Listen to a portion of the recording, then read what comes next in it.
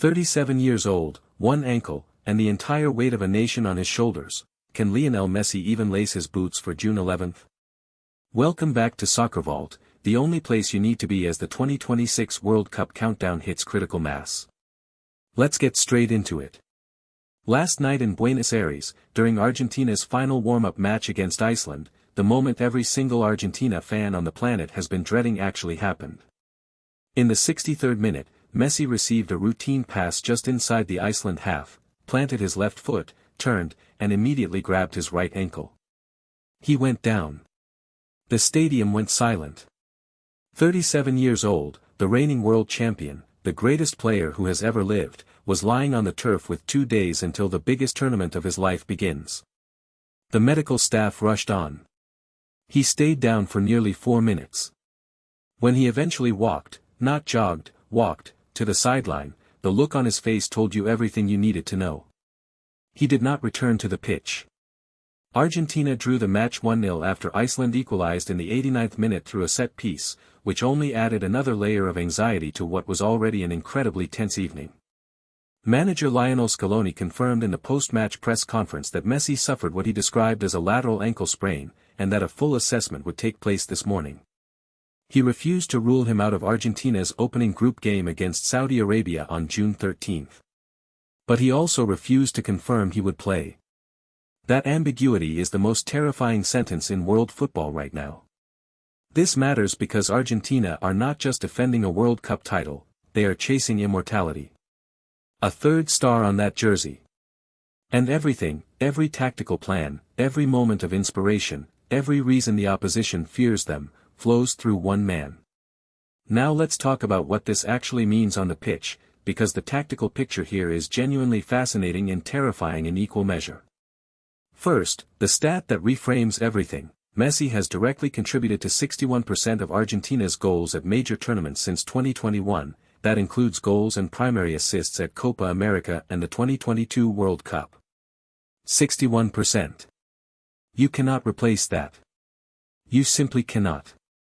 When Messi drops deep to receive, he pulls 2 or 3 defenders with him, which opens space for Julian Alvarez centrally and allows Enzo Fernandez to drive late from midfield.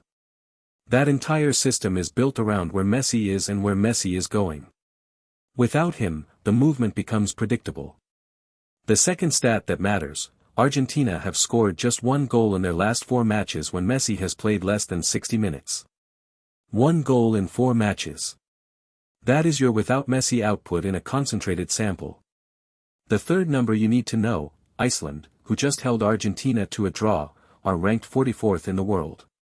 If Scaloni cannot field his first-choice front 3 against the 44th ranked nation, there are serious questions about squad depth that simply were not being asked 48 hours ago. Now here is where it gets interesting, because there are 2 very legitimate schools of thought here. The optimist argument goes like this: Messi has played through worse. He taped his ankle at the 2022 World Cup during the group stage and still became the tournament's defining figure. Scaloni has Lautaro Martinez, who is arguably the best number 9 at this tournament, and Paulo Dybala coming off the bench as a creative alternative. Argentina's defensive structure under Scaloni is genuinely elite, and they have not conceded more than 1 goal in a World Cup knockout game since 2014. They have the bones to grind results. The pessimist argument is equally compelling: Messi is 37, not 32. Recovery timelines are not what they were. A lateral ankle sprain, even a grade 1, typically requires 5 to 10 days of rest to avoid re-injury risk. If Argentina rush him back and he re-aggravates it in the group stage, they could lose him for the entire tournament. Playing a compromised Messi might actually be more dangerous than playing without him at all. Here is my take, and I am not hedging on this. Argentina will make the quarterfinals regardless of Messi's availability because their squad is that deep and Scaloni is that good of a coach.